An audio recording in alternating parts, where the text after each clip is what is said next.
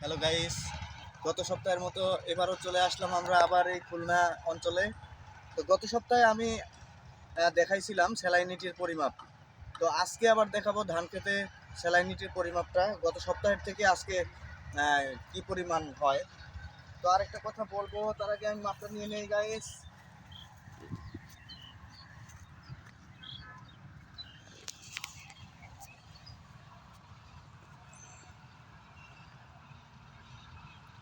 3.50।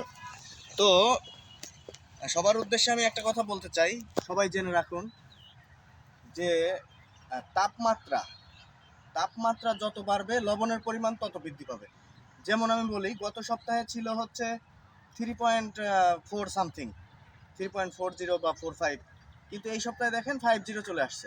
তার মানে কি, তাপমাত্রা বৃদ্ধির কারণে লবণের পরিমাণ বেড়ে যায়।